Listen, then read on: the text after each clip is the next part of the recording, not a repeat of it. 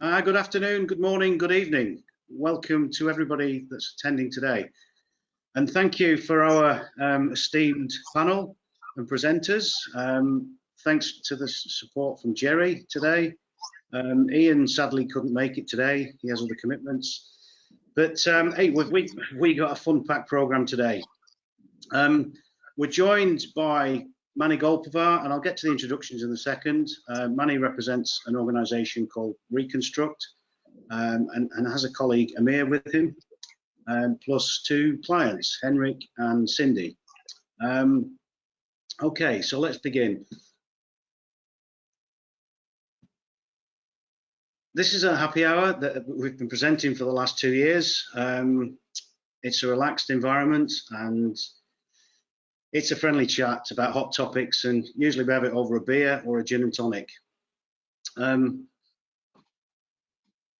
Okay, so what is COMIT? COMIT is a community that's made up of owners, contractors, solution providers, and academics. COMIT has a history of developing and running projects, webinars with a focus on increasing productivity and, well, for better outcomes. And as I am reminded quite often, it's more about the people as well as the tech and the process. By being collaborative with all of our stakeholders, we create great value and enablement through process improvement, and by setting up and delivering these all-important demonstration projects, as you'll hear today. So, I want to just very quickly, before I hand over to Mani and the team, I want to just introduce new members. So we've got Reconstruct and we've got Snugs. Welcome to the COMIT community.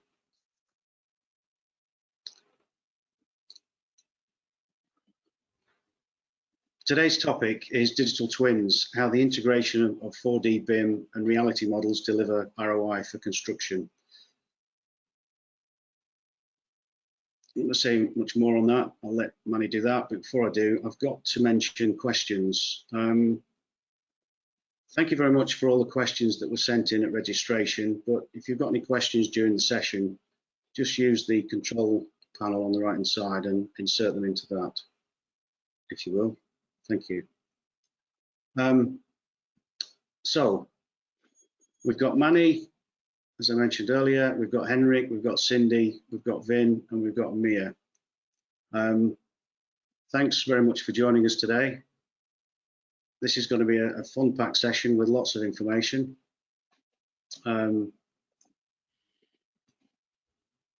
want to mention now the registrations we had at, the registration questions that we had, and these are the results. I didn't animate these because it would take too long. So these are the results, and we can come back to this slide a little bit later, if that's okay with everybody, and maybe discuss them. There's a few positives from this. There's a bit of work to do, and I'm sure we can discuss that later. So what I'm going to do now is hand over to Mani.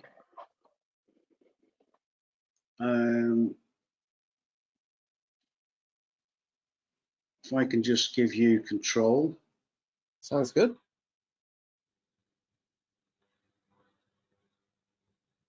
Okay, over to you, Mani.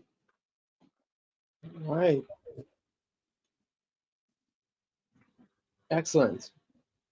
Good morning, good afternoon, everyone. Mani Golpavar speaking here. I'm representing Reconstruct together with my colleague Amir, who's also on the call, and some of our partners that have joined us for a panel conversation.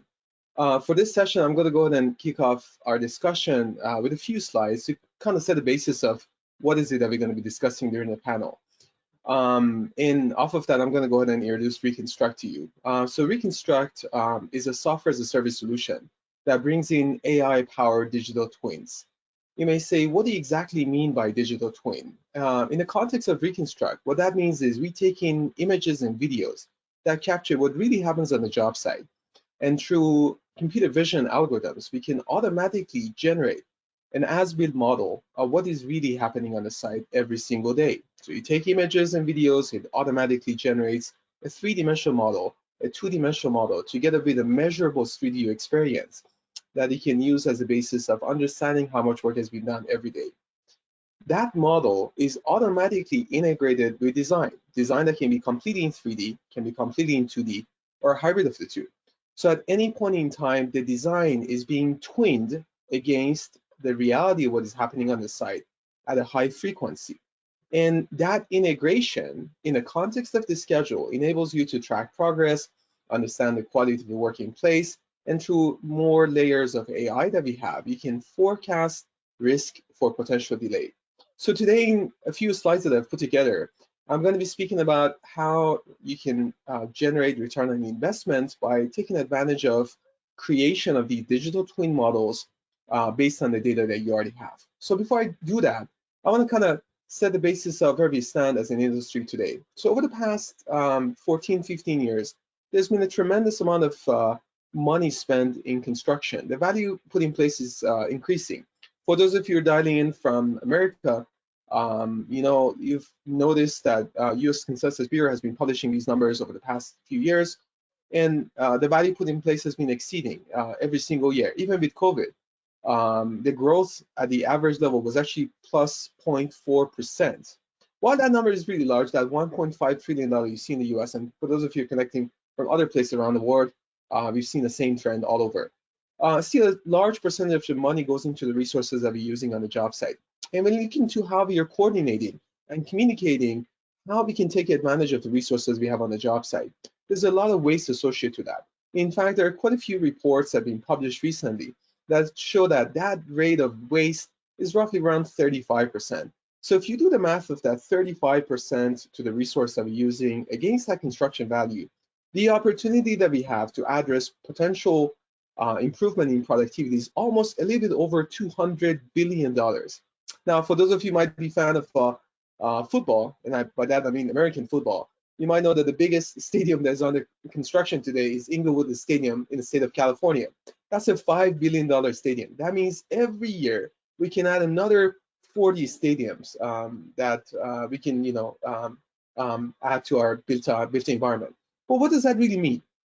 This gap in productivity. That means for those of us who are engaged in commercial projects on a day-to-day basis, for those of us that are engaged in mega projects, capital delivery projects, many of our projects unfortunately end up being behind the schedule and over budget. In fact, that number is a little bit over 50% for an average commercial project. And for those projects where coordinating what needs to happen on the site, anything larger than $500 million, those numbers are shockingly large. As you can see with the numbers published by McKinsey & Company and also Dodge, these numbers almost impact every single project that we're working on. Now, a few years ago, we had the opportunity of surveying audience at an ENR Future Tech event. And prior to that, similar exercise was done by Dodge. Basically, the question was targeting owners. And the question was, all right, now that your projects are being impacted by various factors of delivery, what are those factors that are most important to you? So if you think about design, if you think about safety, all the way to the schedule, what is it that you really want to achieve on the project? And I'm sure everybody who's on the call here agrees that the more effort we put into our design, the more effort we put into our pre-planning exercise, we can actually save tremendous amount of rework and we can cut from our construction costs. But of course, this question was purely in the context of construction. That means the design was already locked in. So let's look into the results. Safety. Owners obviously trust the contractors to establish a safe work environment. Quality, we have specifications for that. Budget, we have contracts for that. But if there's one variable that is really difficult to manage on the job site, that's the schedule. And for us to really understand why that's happening, I want all of us to sort of think about how we create projects, how we execute projects, and how we try to find a gap between what really happens out in the field against that plan. So every project starts with a schedule. Whether you're following conventional error value practices, whether you go into a lean construction practice, you always start with a plan. And then you go and execute that plan, and you come back on a timely basis, usually on a weekly basis, get together to see if you can understand the delta between what really happened versus what we planned for, and see if there's any basis for learning off of that. So if you look into the cycle, there are 4 specific problems that can be tapped into through AI-powered digital twin. Number 1, the practice of planning. As an industry, we've really learned how we can plan projects. The lean construction practices have been heavily demonstrated their value across many different types of projects.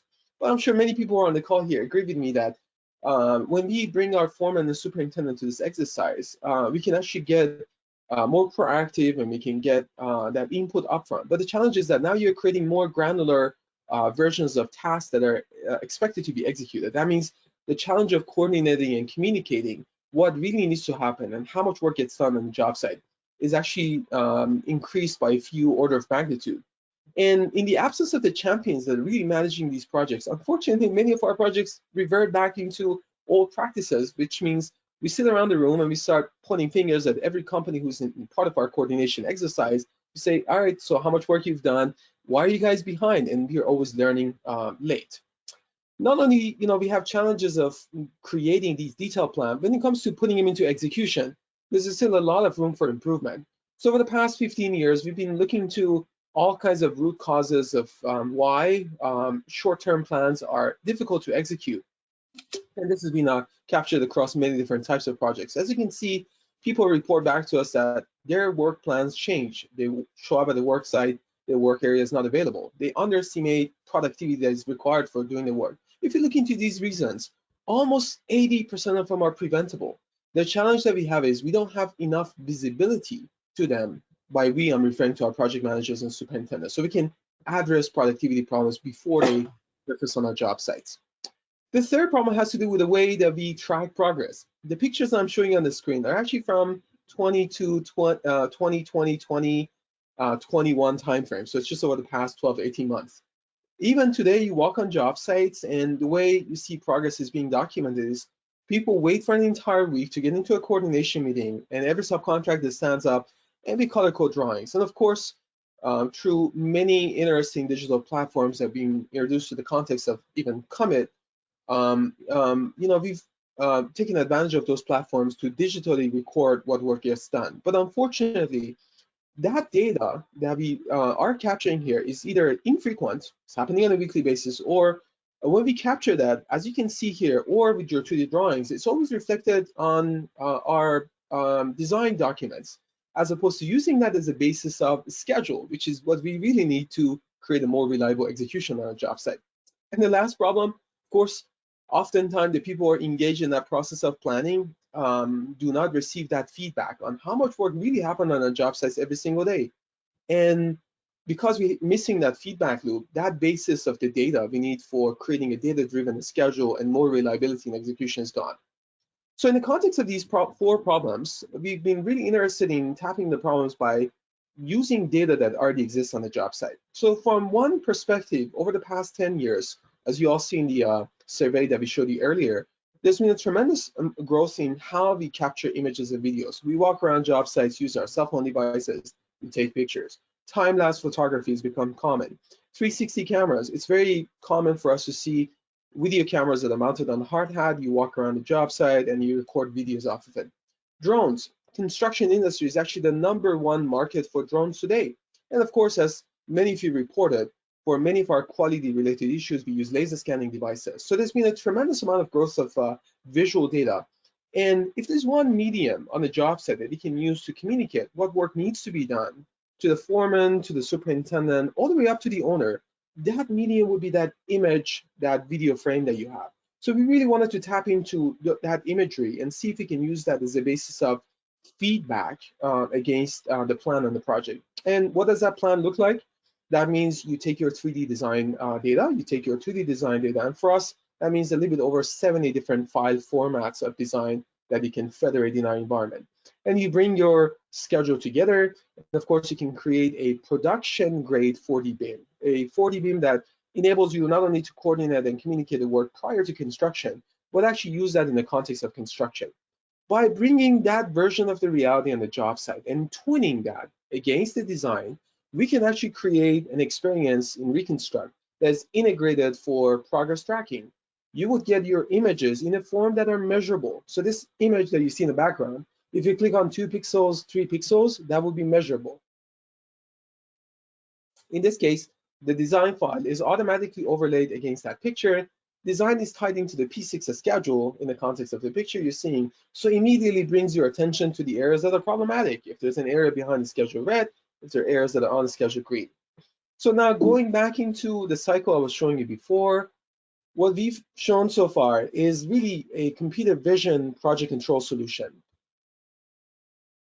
A solution that through integration of schedule with models help create a more reliable plan that solves some of the problems that we have in early phases of the planning cycle. We will tap into various form factors of visual data. We generate reality models, and that reality model will be twinned against the design. So not only provides that feedback, but also together it helps the basis of that coordination communication. And if you start contrasting the two against one another, obviously you can tap into predictive analytics, and you can proactively identify risk or delay. So we've brought that technology to the market about 5 years ago, and this technology is now used over thousands of projects in all continents. It's a technology that enables us to verify production on the job site through visual data. And once we capture that feedback, the feedback can be used as a base of planning.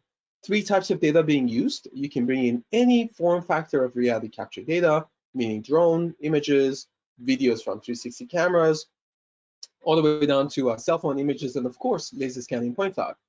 You can also bring in your design data and federate them against reality. And schedule, there's a bi-directional integration with P6.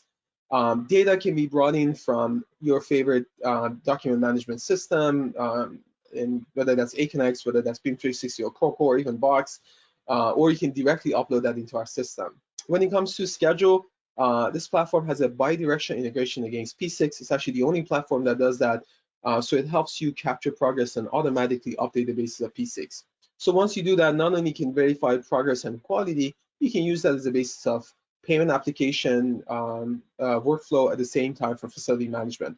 That means in the context of 3D, every day you would log into a web-based system. Every user just needs to have a username and password.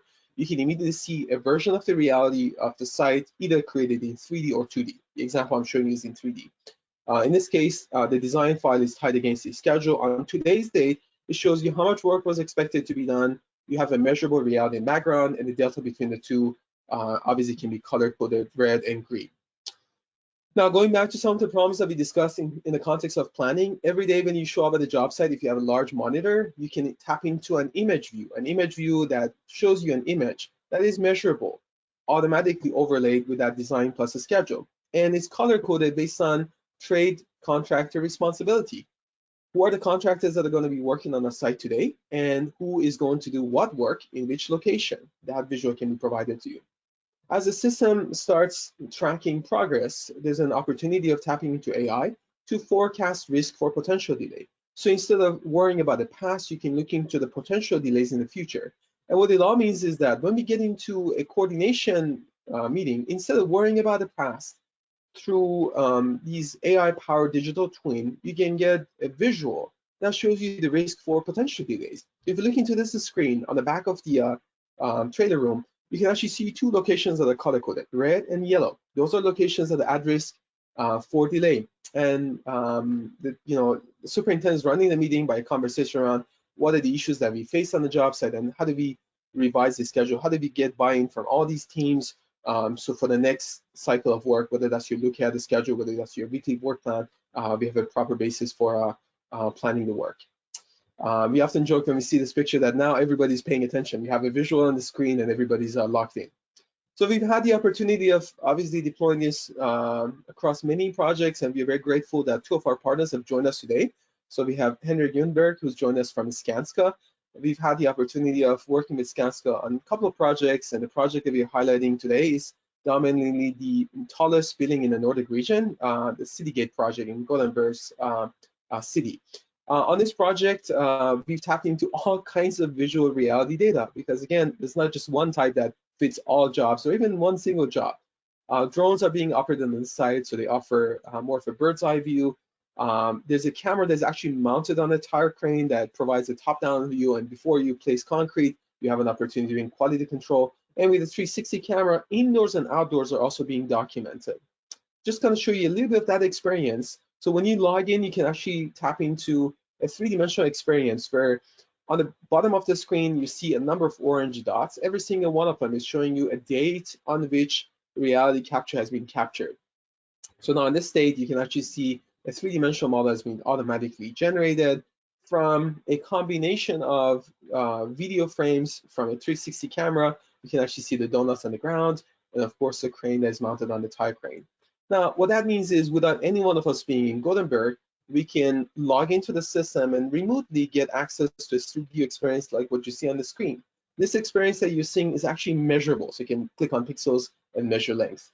Now you're seeing the design, specifically the core concrete, actually shown as an overlay on top of that version of the reality.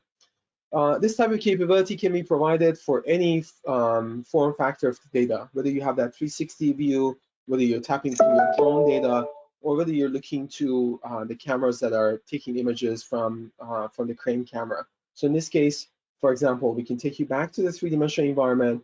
You can hover over and see images that are taken with a tower crane camera, and you can simply click on them and it gives you a more of a bird's eye visibility of what's happening on the site.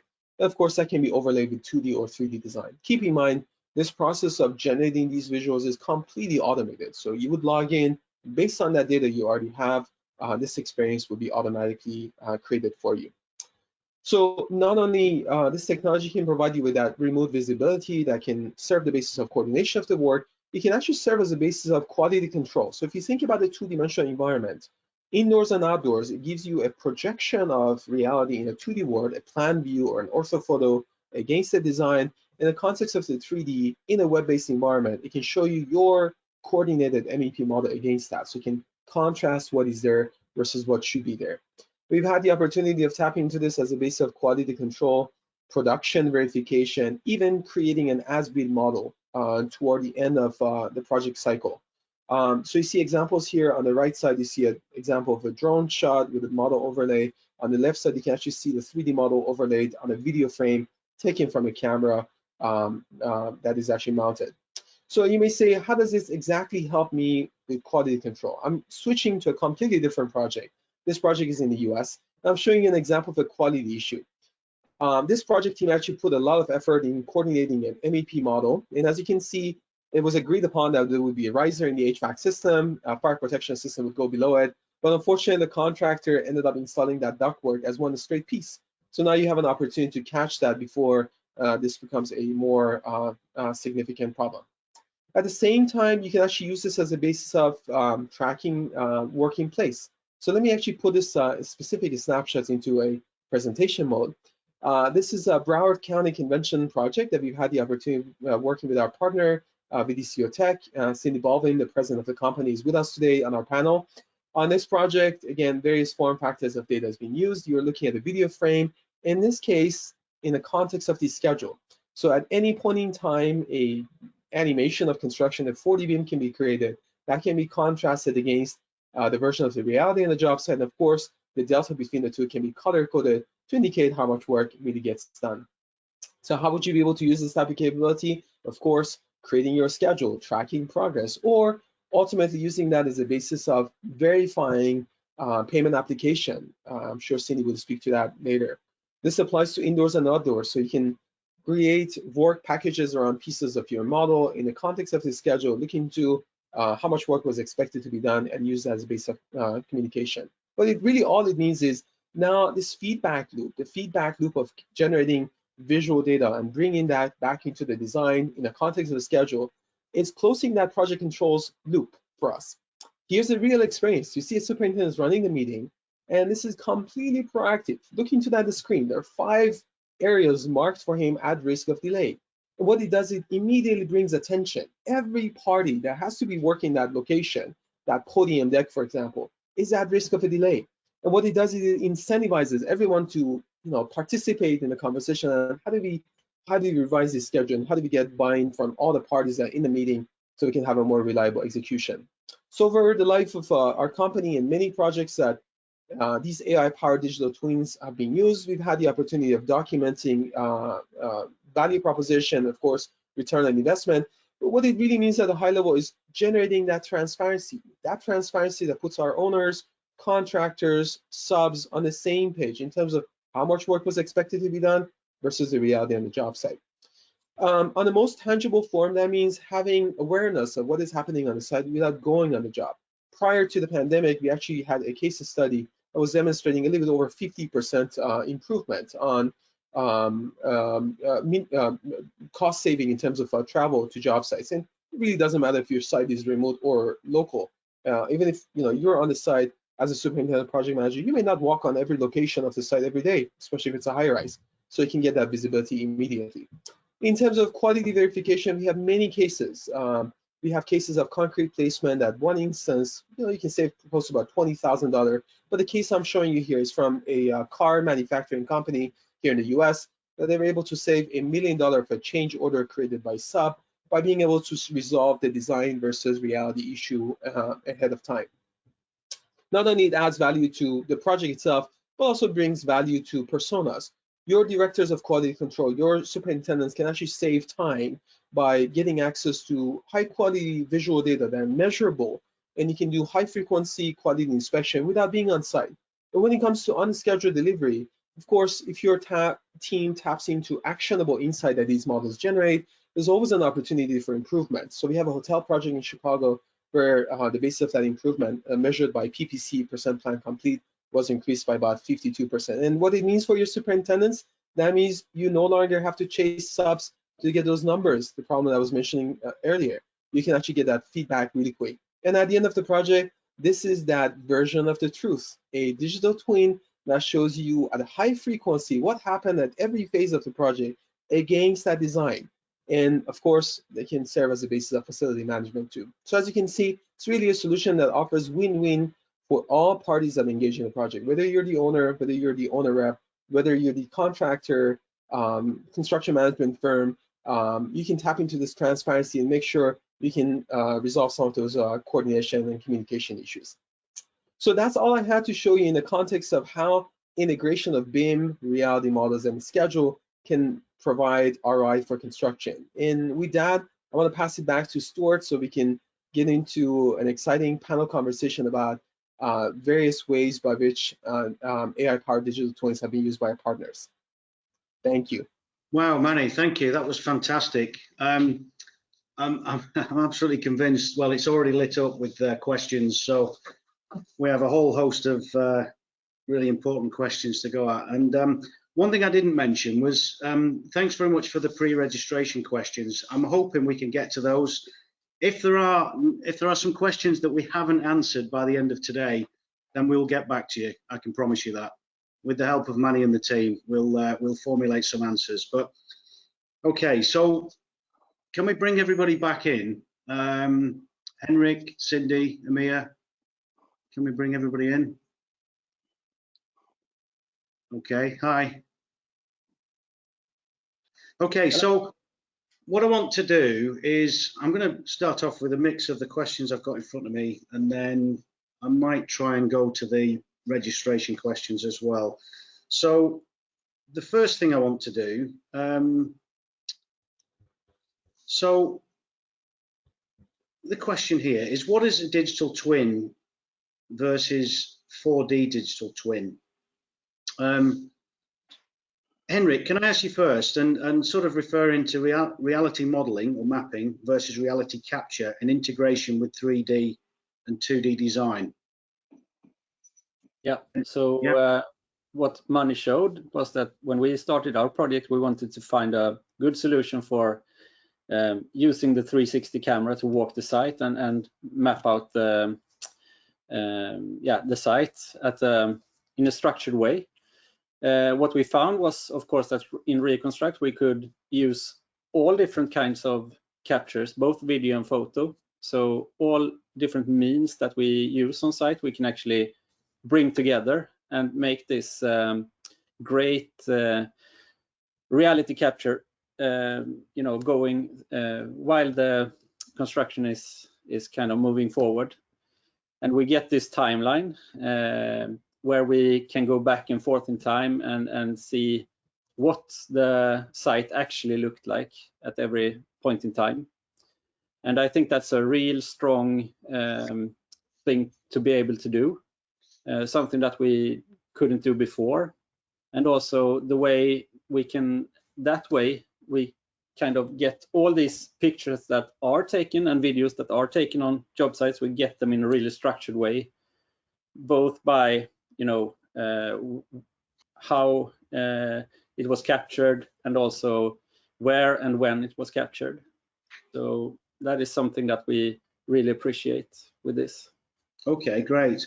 And Amir, if I can bring you in on this. So just, do you want to take us through the differentiation between the 4D BIM versus the 4D digital twin? Yeah, absolutely. Yeah, so you know, when I hear digital twin, it's a loaded term, right? So I like to always address first, you know, what is it? You know, it's a digital representation of a physical asset, right? By most definitions. And the funny thing is, you know, we take digital twins all the time with our smartphones. You go out, you take a picture of something, and then you have a digital version of it. So at its core, you know, that's what it is. But the richer version of it is meaning that it has purpose, trust, and function. And so to have a 4D twin means that, you know, we kind of take the foundation of 4D, which is pretty mature for most projects. It's the combination of BIM models or design models that are used to build things and schedule. And combining these two things, the purpose here is to understand what the plan is, and then to benchmark it against what you're actually doing, so you can, you know, track progress in time. Now, the second component for a 4D digital twin is trust. And the easiest way for me to explain this is a meme called "Pick or It Didn't Happen." Show me a picture or I don't believe you, right? So just having an image really adds trust to any sort of 4D digital twin. And of course, the third component here is, you know, function. Is it useful? Is it connected? So it has to be accessible to people, and people need to be able to use it to collaborate, solve problems, have impact. So, you know, in a nutshell, that's kind of what I consider a 4D digital twin, or sometimes I call it a reality digital twin, because it's hard to have a digital twin without pictures, without images. Okay, great. Thanks, Amir. There was one question that came in from Dave Milne. Do you consider the digital twin referred to here to be in line with the Centre for Digital Built Britain / Gemini principles, the definition of? I think the answer is yes. Yes, and I'd be happy to comment on it. You know, broadly speaking, high frequency sensory data feedback to design is being defined as digital twin. That frequency varies based on use cases, and often digital twin has been used in the context of operation and maintenance of the facility. And of course, we are purely focusing on construction here, and among various form factors of sensory data, we are only discussing visual data in terms of reality capture. Okay, great. Okay, so the next question I've got is, and Cindy, I'm going to aim this first one at you. What are the use cases of 4D digital twins, and what KPIs can be used to measure its value? Use cases in the context of personas. What is the value for a planner, for a superintendent, for a project manager, and so on? Well, thank you for the question. We look at, when we're setting up our KPIs on this project, you know, we didn't have a cost loaded schedule to start. So, you know, we looked at defining our KPIs by 3 R's. We wanted to look at risk. Could we quantify what that risk was and put a cost to the risk? We wanted to look at the resilience of that, how quickly we could potentially recover from that risk. And that's where Monty was saying the green and the red came into, you know, a lot of visual dashboards right off the bat for us. And then ultimately how we could rebalance. Did we want to look at rebalancing our cost versus our project schedule, and how we were able to move forward on that? So, I mean, actually, if you wanted to take the 4th R, Reconstruct is the tool that we used to manage that. And we did it across the supply chain. So, you know, we looked at the trade foreman and what was the value? Well, we could eliminate turfism. We could actually visualize teamwork and the schedule dependencies, which was key. When you look at the field engineer, you look at the clerk, that's really the eyes and ears of the management team. And Reconstruct enabled this crew to be able to go out to capture data and be able to bring that into the project teams so that all of us, whether we were on site or not, could actually see the issues that we were discussing. From the foreman's perspective, it's QA/QC. You know, what is modeled was actually installed. That's how we're using it on our job site. Project administration, managers, it's reviews of RFIs and pay applications, and it's also impact notices. You know, when they're coming in, we could instantly go to the Reconstruct platform in our tool and see exactly the area and the time frame that we are being questioned on, or we're getting a request for an impact notice. Obviously, the scheduler, it gave us visualized planned versus actual, which our scheduler did not have. Our project schedule is super complicated. It's actually 45 to 60 days behind actual date. So meaning what my scheduler is reviewing versus what my field inspector is seeing is 45 days different. So we needed to be able to fast forward that and give a 6-week visual look ahead so that our scheduler and our field crew were on the same time frame. They could actually see and talk about the issue at the same exact time. And then obviously from the project executive and management team, our owner, you needed a college degree to read our P6 schedules. You know, it's 1,600 pages of just reports and data and documentations that you're doing on a monthly basis to give that traditional P6 schedule review report to your owner.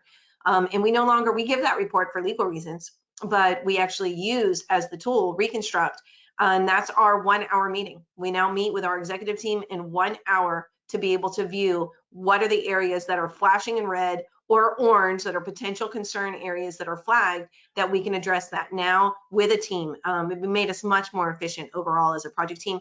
And Monty mentioned trust. You know, that's how I earned the trust of these teams. I'm working with Balfour Beatty, I'm working with Matthew Southwest's development team, it's White's Construction, it's Jacobs. You know, we have a lot of people that are on this project team, and I needed to earn their trust and be able to give visualization and transparency so that they could see what I was seeing out there in the field, and they believed me. So it was very, very valuable across the entire supply chain. Wow, thank you, Cindy. Very, very powerful stuff indeed. Okay, I want to bring Vin in here, and I want to try and, I know this question is from Max. Have you utilized VR to get inside the digital twin data at life size? Now, that might be a question for Amir and Manny to start with, but I'd like to bring Vin in on this one, because Vin has done quite a bit with VR. So Amir, I don't know whether yourself or Manny could answer directly that question, utilizing VR to get inside the digital twin data at life size. Does that make sense? Yeah. Do you want me to answer Yeah, go separately? Well, I mean, Vin, if you tag on the back of what Amir says, because I think it's directly aimed at the software. Yeah, sure. VR and AR are kind of very exciting fields. I love wearables. The first time you put one on, it's amazing. I still remember the first time you bring it to the site. It's got this immediate attraction, right? To be able to kind of overlay, you know, what you're going to see in the future versus, you know, what's there right now. There's a lot of potential in this field. I've noticed some challenges kind of bringing it to the market and really scale it up. And so I'm very curious to hear what Ben has to say and like where we are today and where we're headed.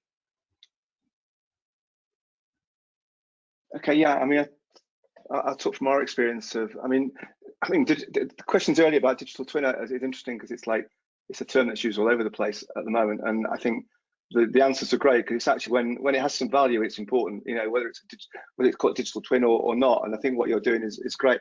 So where we're doing stuff that's being called digital twin is like where someone's building in one case, a new veterinary hospital. And we're using a visual digital representation of that, not only for the fit out, but also for the consumer or customer journeys that are going to take place within the hospital. So what's the experience of the pet owner and their vet when they turn up at this hospital, and also to run simulations about what happens when they're accused based on real-time data and things like that. So that's taking it beyond the construction phase, but into the operation and the customer journeys. And in those cases, we are using either screen-based VR or in some case headsets. I know Max well, so yeah, we are using those appropriately, I think is probably the other term I'd add to that. Okay, thanks guys. Next question I've got here is, how does reality mapping indoors and outdoors help with conventional 4D BIM? And I'd like to aim that firstly at Henrik. So that's the cool to watch versus value to production, coordination and tracking theme. Yeah, the way I see it, when you can actually relate the 4D BIM to the reality, it's so much, you can directly see what as Mani put it, what should be there versus what actually is there. So in that way, you know, the value of the 4D gets so much more real, and that then leads to you know, being able to probably do more 4D, to actually update the you know, the sequence of construction, and to use that at a more, or at a higher rate, or more frequently. So the way I see it, it kind of drives the use of 4D more, and also the value of it.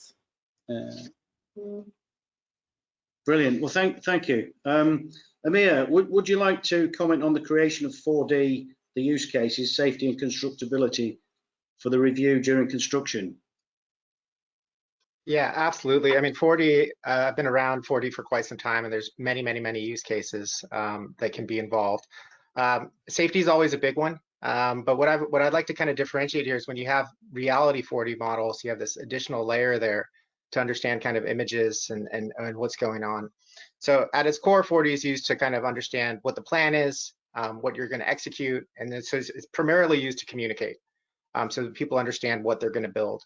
Kind of secondary use case is to make sure you're on track, and that's by benchmarking against it, reporting actuals, and there's many different methods to kind of report what's going on to feed it back into the CPM schedule.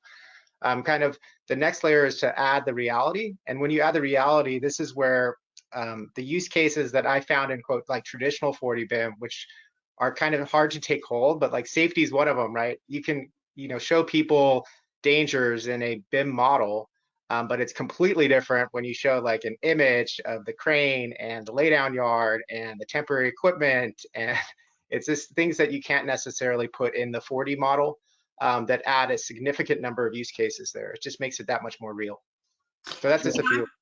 I just want to add something which I think we've all missed is the timing of that. So if a client calls me today and wants a 4D, I'm going to say that's a 2-week turnaround. Give me your schedule, let me see your images, and I'll get you something. When do you need it, either for your presentation or when do you need it for your project meeting?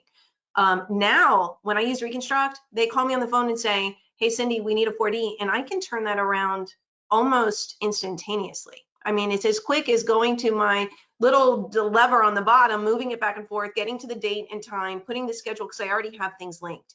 So, I mean, I'm definitely turning it around to them that day, that same day, in an answer, if not in the meeting as we're having that discussion.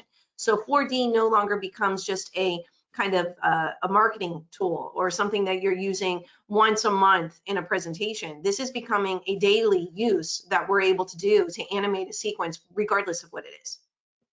Fantastic. Thank you, Cindy. Thanks, Amir. I just want to go now to Jeff. Jeff's on the call.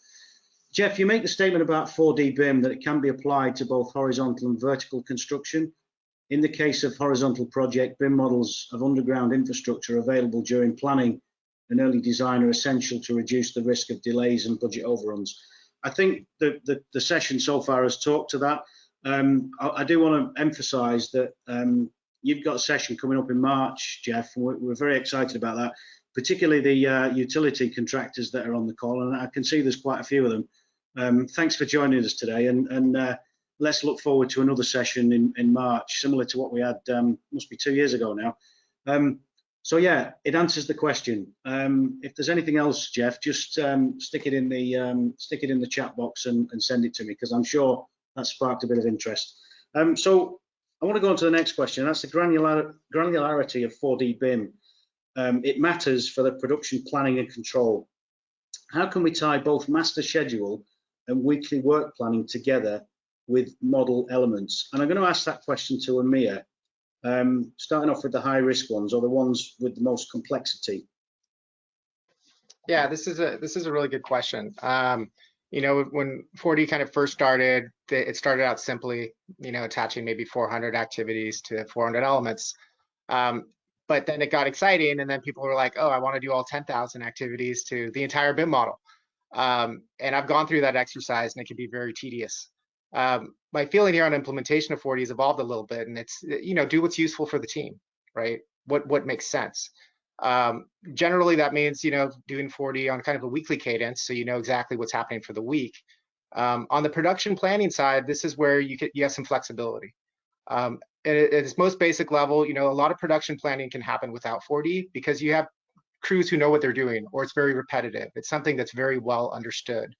But on the complexity side, you may have first of a kind projects that have never been built before, where the sequencing is very critical. Certain things have to go in the right time, and the crew may not understand why I have to wait in order for something else to come in. And in those cases, that's where I'm like, no, definitely go to level 5 4D in that particular situation. You can do a lot of planning in those areas in advance, and that's where you're going to get kind of the most value out of it. So again, you know, do what's useful for the teams.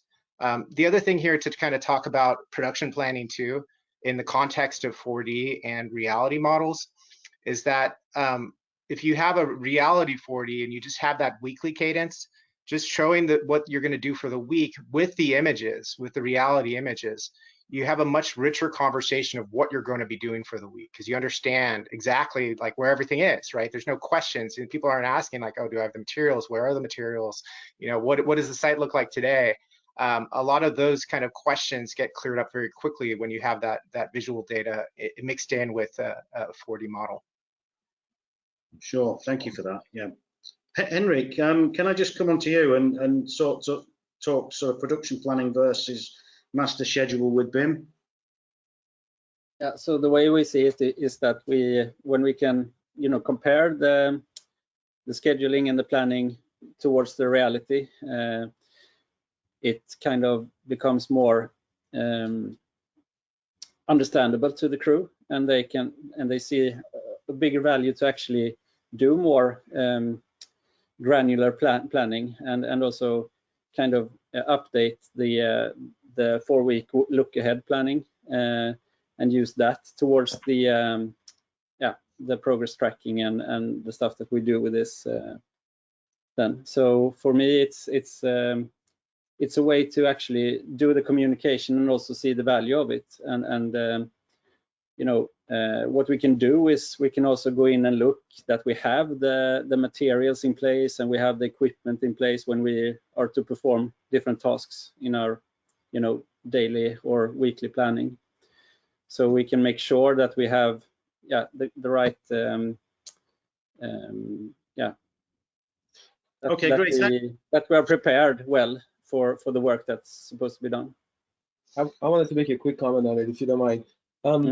I still remember the first time that we started working with the Skanska about 4 years ago when we met first time. We were obviously impressed with lean construction practices, and at the time we were hearing a slightly different challenge that kind of resonates with some of the concepts of tying in your lean schedule against the master schedule.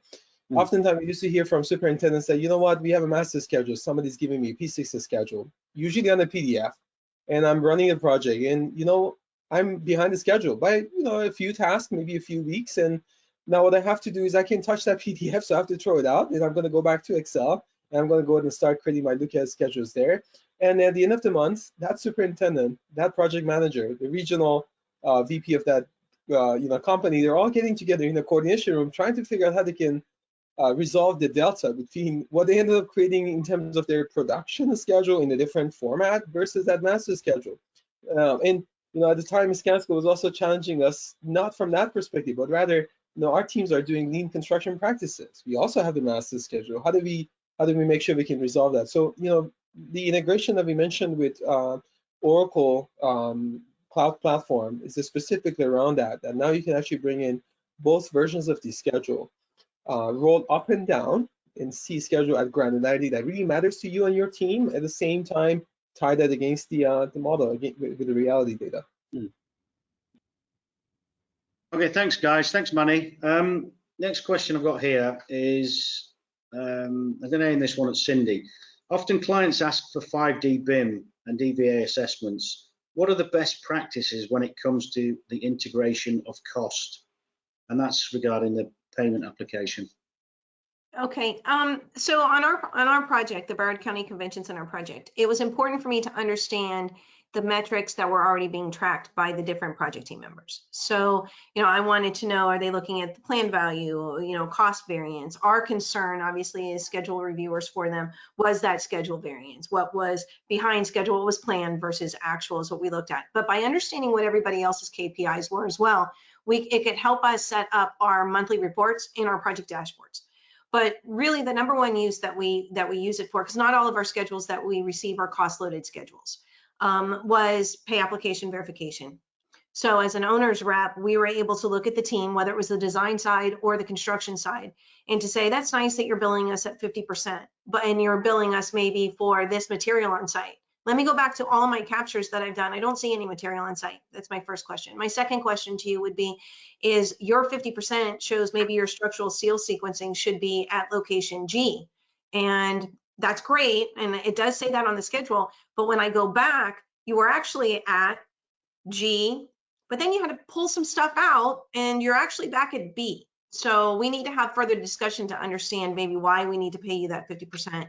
Or where you really are in actuality. So from an owner's perspective, pay application verification with Reconstruct was just an added bonus. It made it very easy for me to be able to give back to my team members when they were going through pay apps to say yes or no. It was there, it wasn't there, because it's based on fact. It's no longer my opinion. I can really have fact-based information and data back to them in a visualized format. So that had huge value to us. And now what we're finding with impact notices, wow, usually you get back on an impact notice 7 days is typical in the United States for a return on an impact notice. We get it, we have 7 days to review it. I'm turning back my documentation information in under 24 hours. We're able to literally just go look at the schedule, look at the photo overlays, look at the model overlays, and be able to answer questions that are needed to then give that back to the entire owner rep team to do further analysis. So I think our responses have better detail, and we're definitely being more efficient in our response time. Wow, thank you, Cindy. That's a really good answer. Okay, couple more questions. Jeff, if you're still there and you want to respond in the chat, I think you're still on the line. Yeah. Next question I've got here is, how do you keep the 4D digital twins up to date? I'll aim this one at Amir, and specifically use cases during the execution, schedule changes, scope changes, creep, maintaining the schedule up to date. Amir? Yeah, so I'll kind of cover the basics first. I mean, 4D is pretty mature these days, so getting new BIM models, new design models is pretty routine. Updating the 4D from CPM schedules is also fairly routine. What the challenges kind of come in are, just kind of following the BIM execution plan to make sure you're updating the BIM in accordance with the project. But to talk about just like the CPM or the schedule in general, there's many methods to report back. Some are just kind of traditional. Oh, it's 50%. I'm almost done or something like that. Other more granular, where you can get down to the component level to report actuals based on quantity. But the differences here are that. Hold on, what's it?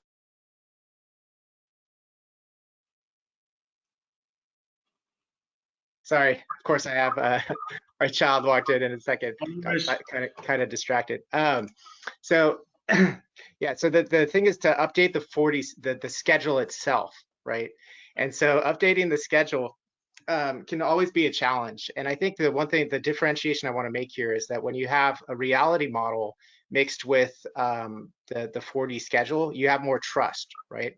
So updating the 4D schedule and showing the 4D, like traditional 4D, people will look at it and be like, yeah, well, is the schedule up to date? And all you need is 1 or 2 times where the schedule is not up to date for the entire project to no longer fully trust the schedule updates, right? But once you have the reality 4D model, then you have an image, and then all of a sudden people see that image and then they trust that the 4D is up to date. But even more so than that, even if the 4D does kind of fall behind, the schedule fall behind, and you need something to understand what's there, or it doesn't have that same level of depth, meaning that the activity may be very general. The activity may say 5 days, right? But the reality of the activity is really broken down much more granular, that production level. And so having that production level kind of understanding with the image sequence throughout the week really provides more value. So in a nutshell, when you have those images, all of a sudden the project trusts it more, And then there's this thing that happens where the project then wants the 4D. They're asking for the 4D. And when they ask for the 4D, then you're like now motivated to update it. And when you have it updated, and it's this nice feedback loop. The problem that I always kind of experienced with implementation in the past with kind of traditional 4D is actually using 4D in execution. It's harder to get sticky, where you kind of have some initial gains or it just is less regular. But when you have the reality models, then it's just easier to maintain. Everyone gets involved and everyone expects it. So it changes the dynamics. Sure. I'm going to jump in and just add two things real quick. And it's, 4D before was that tech expert in your office that had to create that. That was not me as a project executive. I can't even get my phone to work and update. I am not the tech expert on this call. The other guys are. But I just go to the bottom and I move my little toggle thing back and forth. And it moves, and it's my 4D that I'm able to get that animation, and I'm able to get that visualization and the information I need. So I think that's really, really important to understand. We don't call it 4D in our schedules because that meant that was some tech process. We just, hey, Cindy, can you bring us back in time? Or can you visualize a 6-week look ahead? Absolutely, I can. I just move it forward and there it goes. Where the schedule in the 4D was so critical to us on this project in a real world example is this project. It's a design build. It was all kinds of craziness going on. All projects get crazy. And we had schedules, and then we had amendment to schedules, and then we had recovery schedules, and then we had recovery schedule number 2. And as you're moving those forward, it was very simple sometimes for us to get in a meeting and them to say, wait, that's not right. We fixed that already. You're right, we were behind, but now we're not, that's not on critical path anymore. Can you pull up our recovery schedule? Or we would find that maybe the schedule that they were talking to wasn't the latest schedule that we had. And we were able, because we had the schedule saved, to be able to go back and say, okay, I'm going to go back there and let me pull that schedule through P6. We had them in the platform. We're able to go back, adjust it, and be able to get the information. So to me, that was critical. That's what kept us up to date. We had the different schedules there, so we could always review historic questions or that visualized 6-week look ahead. And then we did captures at a minimum of once a week. So if you don't have that crane or that constant, we did drone captures and we did walkthrough captures. So we were having 2 different images that were coming in throughout the week to give us that updated reality. Wow. Thank you, Cindy. I'm gonna ask Vin to jump in. Vin, do you want to comment on any of that? You're muted, Vin. I don't think so, Stuart. I think the work we're doing is slightly different than this. I just sort of wider digital twins. I think you'll get more value from these guys, to be quite honest. Yeah. Okay. Right. The next question I've got here. In fact, I think I just see Jeff has commented. Do you know? And this is aimed at Amir and Manny. Do you know of horizontal projects, highway or railway, using this technology? Yeah. Yeah, of course. I mean, the answer is yes. The question kind of takes me back, right? So linear projects are hard to 4D for kind of 2 reasons. One is that sometimes you don't even have BIM models. No BIM model, no 4D, basically. Okay. Where I see a lot of application that we applied 4D, kind of traditional 4D, is we created mock 4D BIM models, right? We created like elementary, rudimentary to understand sequencing of work, kind of like very basic March charts. For linear projects, there's always stations and more complex areas, and those made sense. We always did that. But my thought on like linear projects has evolved, right, since I joined Reconstruct, because now you have this reality data. All of a sudden you can have, 4D without BIM, right? You kind of have the reality model and you have the time sequence. You have basically your entire sequence of images over time to understand the evolution of the project over your design data, which for most linear projects is going to be, drawings for the most part. So you still have that ability to have a 4D model for longitudinal projects. The challenge is, again, too, is because they're linear, they're just graphically hard to represent on a computer screen. So you end up having to like break it out and kind of have very unique diagrams. I mean, that's where March charts kind of came from. But when you have a fully immersive, digital twin that's available on the web, you can really fly and go anywhere, right? So you're not constrained with presenting a 4D model that's kind of canned in a video. You can dynamically move through it and go anywhere anyone wants to go. So the answer is yes. I mean, we do this pretty routinely nowadays with 4D reality. And we're Brilliant. doing it on ours. We have a roadway part of our project that goes directly to the port, looking at all the underground utilities there. We're also doing it to all the pile caps that are going in, currently doing that on a seafront. This convention center is adjacent to our port. Okay. So we definitely have it for horizontal. Thank you, guys. So Jeff, I think that answers your question. You probably want some examples next, but maybe watch this space. Thanks for asking. Thanks for asking. I want to, Vin, just jump in anytime. There's a couple here which cross over, I'm sure. The next question I've got is who should create a 4D digital twin? Would that be the project management team? And I'll aim that one at Henrik. Yeah, so where we started from was our superintendent wanted to track progress, as you know, and find a good solution for that. Now that when we did that, I mean, there were a lot of people on the project that showed interest in what we actually got. You know, it's a really interesting data or information asset. And it's also extremely interesting to the customer and the owner of the project. So as a way of communication, there are lots of people that have access and see value in the 4D BIM that we have, or the reality 4D reality capture. So long story short, everyone on site actually uses this today, and we use it in the daily huddles, in the morning meetings. Instead of going on site and looking at different problems and issues, we can take them right then and there, and then go on site and actually perform. So okay, great. Thanks, Henrik. Before I ask Cindy to comment, I just want to say we're an hour into the session. We'll run what we call extra time, which will last another 30 minutes. If there are any questions left at the end of that, we will answer them separately and we'll correspond. I hope that covers it. There are still questions coming in. Do keep them coming in. This is a very, very interesting subject. And Cindy, can I invite you to follow on from Henrik? Sure. So to me, it doesn't matter who buys it as long as you buy it. I work on both sides of the fence. I work for architects, engineers, contractors, and owners is how we bought it on this project. For an owner, whether you're buying it as part of your owner compliance or in your capital project, or it's just a job cost, the value to the owner team when you hold that license, first of all, everybody has access and transparency. So it's not like you hold it and you keep it all to yourself.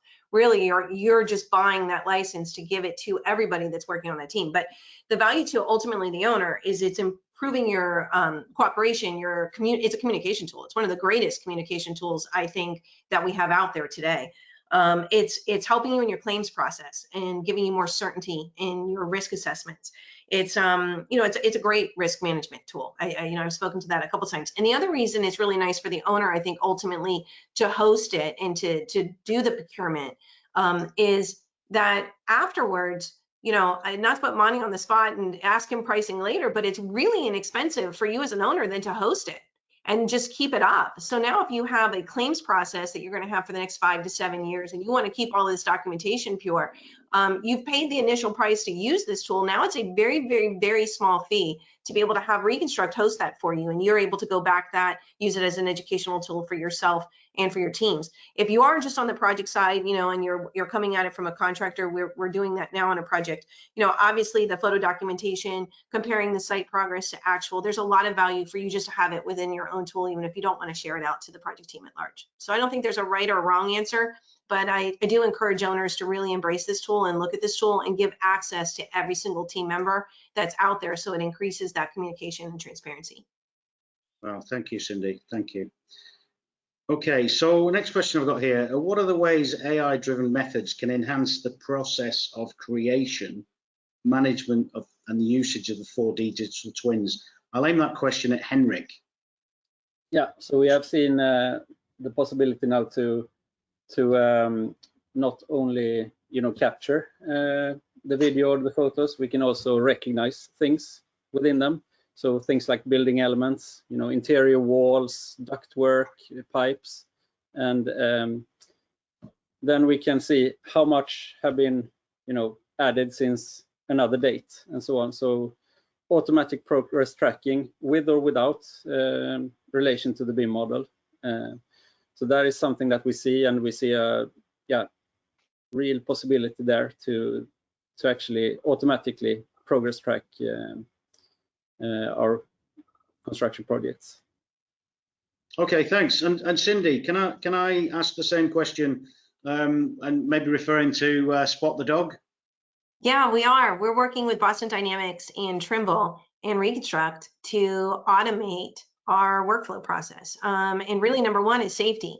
You know, we're out there on a job site. We're going to have a big convention center hotel. We have the port area, restaurants. There's multiple facets to this project going on at any given time. And it's just so much easier for me to have a CA guy, a BIM CA person walk on the site, do it once, map it, and then have the dog redo it for us. And we can send the dog out whenever we want to send the dog out. And the photos and the images that we're capturing with the scanner and Reconstruct, it's just giving us better data to be able to manage that. So I'm super excited about it. Never thought the owner that I was working for would want to take that leap, but it's not a leap, really. It's very practical, it's very doable, and it's extremely affordable when you ultimately look at the time savings that you have on site and the efficiencies there. So, you know, Reconstruct is a great company. I get lost a lot of times in the arena where it's only a tech person speaking to my tech team, and then we don't really see the entire value. And, you know, Monty and his team are just so agile and adaptive that I can come up with these kind of crazy ideas saying, I don't want somebody to walk through here, and I don't want to do that. Could you, can you? And the answer's always been yes. So we're really excited. Hopefully we can come back next year and we can tell you what we're doing with Spot the Dog and Reconstruct. Absolutely, brings new meaning to the word or the phrase "walk the dog," doesn't it? That's right, it does. Absolutely, we need more of that. We've actually got a Trimble guy on the call. Maybe you want to pitch in and give us some comments. We'll see. Amir, can I ask you the same question? Yeah, so I love AI with digital twin as far as loaded terms, right? It can mean a lot of different things, but you know, at its core, it's kind of having computers do human tasks. I think, you know, seeing AI evolve, people are always pushing the envelope. They always want the next best thing. Like, what can we do now? What can we do now? And then they forget that we're using it freaking every single day, right? Like the fact that I can go out with this 360 camera, you know, just take a capture of my house right now, and with less than an hour have a 3D model of it is AI. I mean, it's really just incredible, you know, where we're at today, and very exciting to kind of be in this space and kind of being on the, you know, bleeding edge of some of this. It's just very cool. I'll just leave it at that. Fantastic.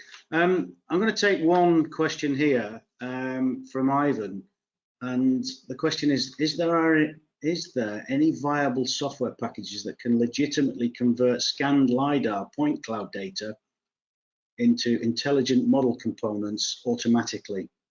Who wants to take that? Manny? I'd be happy to take that on.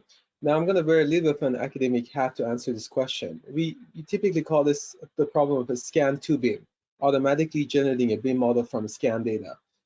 It is a very tough problem to you know, address, and it's a very active area of research from an academic perspective. You know, there are quite a few solutions out there that can kind of automate bits and pieces with some interaction from the user. The biggest challenge is knowing what granularity of a BIM model you really want to get from your BIM data. Are you trying to get an LOD 400 for every one of the engineering disciplines on your project, or you just want to create something that can be used quickly as the basis of some mock-up demonstration to an owner as a basis of design? So really that granularity is one of the challenges. You know, there are quite a few packages that can automatically detect pipes, walls. Generally planar surfaces are easier, so segmenting a point cloud into bits and pieces that are colored, it's an easier problem as opposed to automatically populating that scan model with BIM or IFC components. I'm sure you're aware of those components. The biggest challenge I see that, you know, still needs to be addressed before we can fully tap into the potential is when scan to BIM really matters.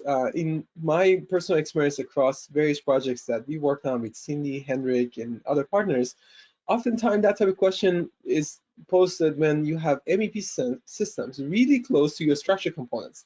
Think about the false ceiling and imagine you just want to go out somewhere and you want to quickly capture that, right? Those are usually the places where these types of methods, the AI techniques that exist today, fail. If you had interest on that, I'd be happy to point you to what is the bleeding edge on that. It's, like I said, the active area of work. I have a feeling in the next few years, there are going to be a few more mature solutions that will come out to the market. But keep in mind, you seem to provide a little bit of interactivity to tap into that data, mostly because that question of what is that granularity matters to you is user driven. You have to provide that input to an algorithm that can automatically generate intelligent component for you. Thanks, Manny. Stuart, I've got a comment on that one. So, yeah, I mean, in terms of automatic generation, I agree with Manny. It's quite difficult at the moment. Places where we've been doing a little bit of that, a bit of sort of manual and automatic, is in the nuclear industry, where stuff that was built a long time ago and it's been scanned, and you're trying to work out what it is, so you don't actually have any particular reference models and things like that. But that's an interesting challenge. And other places where you do know what things are, or what they might be, so you've got something to actually compare to in the laser data, if you like, rather than just I'm trying to work out what's in this scene. So I think there's two different challenges: one where you've no idea what's there, and the other where you do know you're looking for a rail or a block or whatever it is, and you can try and find that. So there's slightly different challenges, I think, in different places. Okay, thanks for that, Vin. Can I make a comment here? Or it's a comment, actually. It's a comment from Peter at HS2. As some of you will know, that HS2 is the largest UK project. I'm not even sure it's the largest in Europe. And it has 4D and digital twin baked into the contract. There is a link here which I can share afterwards. I might even be able to put that into, can I share that with everybody? I might be able to. I'll send that to all. Let me, okay. Thanks for sharing that, Peter. I will put that into the chat box and everybody should be able to see that. There we go. Okay, great. So I've got a final question here before we wrap up. One question that's just come in: do you operate in India? I suppose the answer to that is yes. Yash Singh. Yeah, we'll get back to you. Yeah, we'd be happy to put you in contact with Ken Dragan, our VP of Business Development, who runs our overseas operations, and I'm sure we can have a conversation about what your project is and how we can support you. Thanks, Manny. So on the subject of metrics, ROI metrics, that's been mentioned. So on a project level or personal level, what's in it for the persons, PMs, superintendents, planners, scheduler, etc.? I'm going to aim that question at Amir first.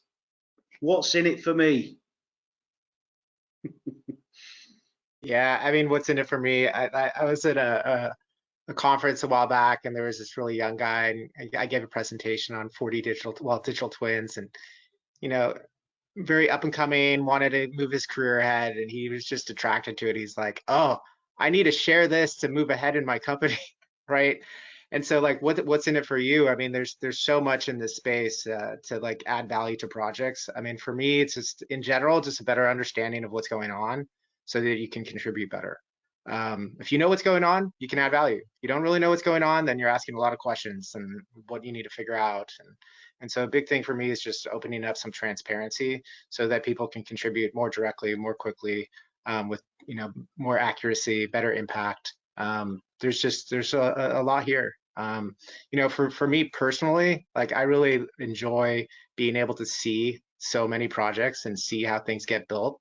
So that's what's in it for me. See how the built world's coming together with such scale that I wouldn't be able to see it unless I had access to all these projects. Yeah, sure. Okay, Henrik, do you want to comment on that and maybe give an example as well? Yes, as I said, we've been from the start very focused on the superintendents and the trade crews, the workers, and what's in it for them, and how they can excel at their work with the help of this. Then we see every day, at least every week, we see new values and people interested in it, and see that's come to us and say that I see this value from my role and my role on the site or the project. So that's really interesting and really fun to see that once you do it, there is endless possibilities with it for everyone involved. And also one thing that I see really clear is that before or we do these safety inspection rounds and quality inspection rounds, and we go on site and we find all these observations, and we have to take pictures of them and fill forms on site. And I see a possibility here to use this to actually do that off-site and to be more effective and maybe describe the issues even more if you're not supposed to do it right then and there on site when you find it. So Sure. Also involving specialists in different areas, and not having to bring them on site to actually be on site. That is something that I see a huge potential in. Yeah, fascinating, fascinating. And Cindy, finally. So when we started the project, this is the Broward County Convention Center Hotel Expansion Project, is $1 billion project, and our services were to do. We're the small guy, right? So we're on the owner's rep side, but we are the small player here, and with these big national, international firms. My role was to do BIM construction administration, virtual design and construction oversight, so to have somebody out there on site making sure that what was modeled was installed in the field. We have COBI data integration, we have a data component, and traditional P6 schedule review is really my role. So when we went and we started looking at that, Reconstruct was the only tool, and I had my tech team go out there and say, what's the best thing for us to use on this project? And we researched a bunch of different tools, and Reconstruct was the only one that could fit all of those service lines that we needed. And it was cost effective with everybody else when we looked at the market. So, and that bidirectionality that Monty had said with P6 was just, nobody else offers that. It just was not there at the time. So we said, okay, this is the tool we're going to use. But now we're bringing the tool to the table as an owner compliance agent. So everybody thinks we're the big hammer. We're going to come in and we're just going to hammer you now. We're going to catch everything. And the very first day we were on site, we found a pile cap that was horizontal. It was supposed to be vertical per the drawings, the 2D plans, and the model that we were looking at. And I went back to my team. I said, there's no way we found something the first walkthrough. Like we got to go back and we need to see where this is. We went back to the project team. We were talking to the design builder. And I said, look, I think we're wrong, but can you just tell us what we did or where the drawings are that we were looking at? We're by no means trying to hang anybody because I don't think the tool worked. And they were like, oh my God, your tool did work. We haven't updated the model yet. And we're so glad you found that.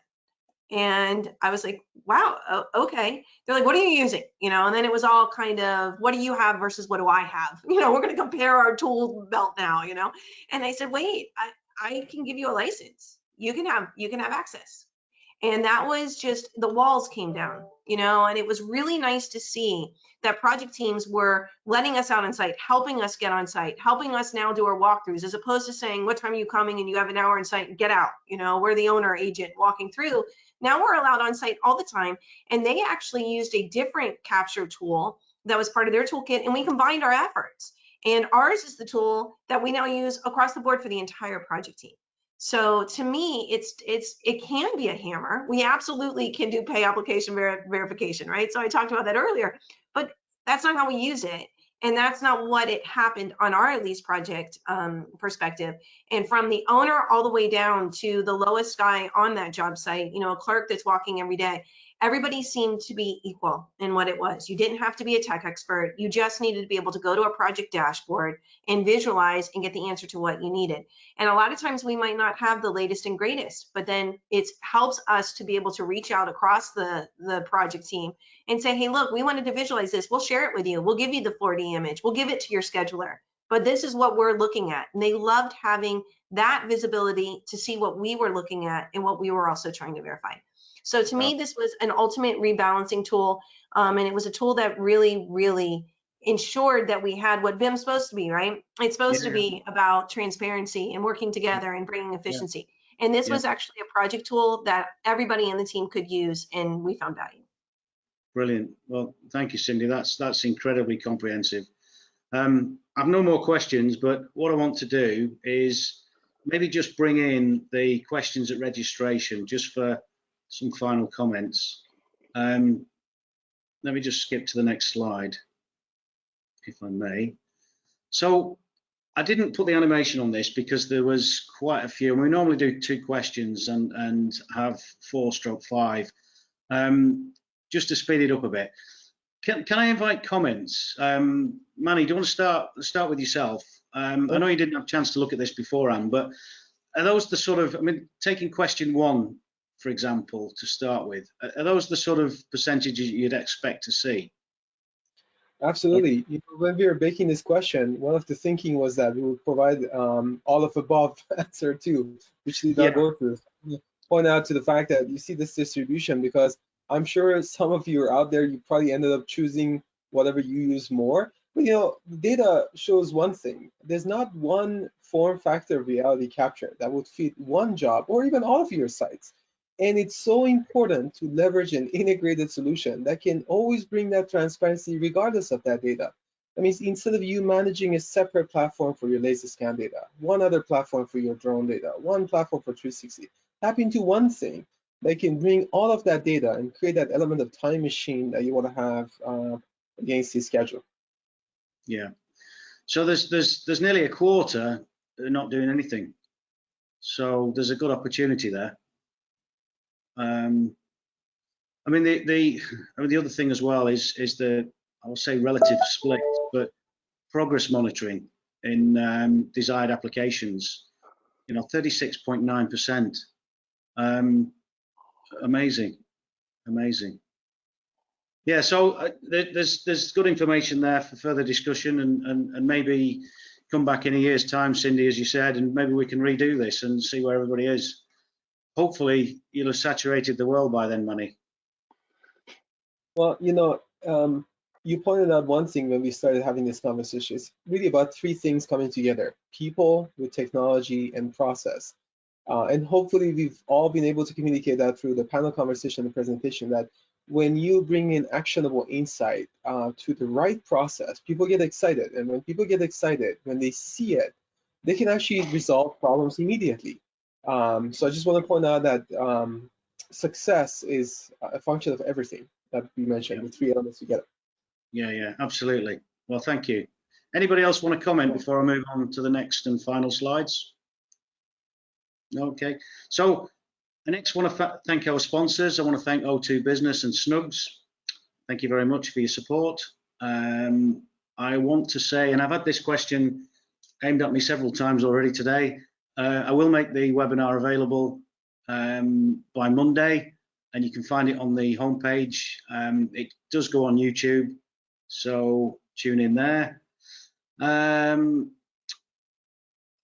want to say thank you for the presenters, the panelists, the attendees, and we will see you on the next session on the 25th. In fact, that's an untruth, because for those that are attending the community day, that's on the 24th. And that is, I will announce that very shortly. That's going to be at the Red Bull Technology Centre in Milton Keynes. So watch this space. That will be coming out very shortly. And then the next one is the World Headquarters, JCB, in Staffordshire in June. And then we've got another session to be confirmed, which is also in Milton Keynes in October. So nothing else to say other than thank you very much to everybody that's participated today. Thanks to everybody that attended, that stayed on the call. Thanks for your questions. Thanks for your support. I'm just going to go around the room one more time. I'll start with Jerry. Anything from Jerry? No, just well done, and have a great weekend, everyone. Yeah, Amir? I just want to, thank you for inviting me to this session. It's been great to talk about this.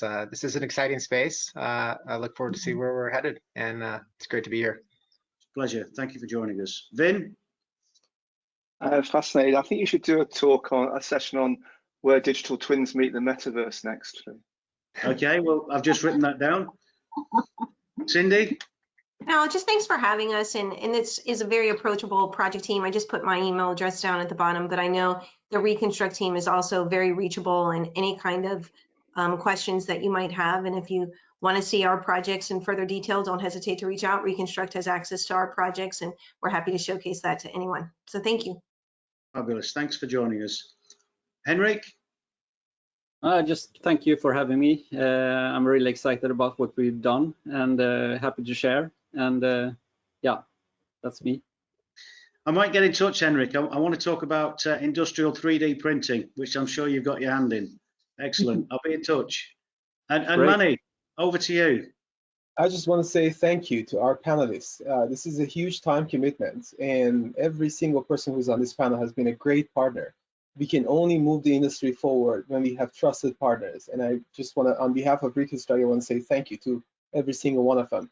Your time commitment, your commitment to bring in excellence, and the commitment to sharing that excellence with the audience that we've had today is key for all of us to move the industry that we're all passionate about forward. So thank you. Thanks, Manny. It was mentioned several times. Trust, very important. I know, Cindy, you said it several times. Several others said it. It's really important. Thanks for mentioning it. It's, yeah, for construction, there's never, well, it's an important thing, and it's important all the time. Can I wish you all a great weekend? For some, it's already started. For others, it will start soon. But in any case, have a great one, and we'll see you very soon. Thank you. Bye, everyone. Bye. Cheers. Bye. Bye. Bye.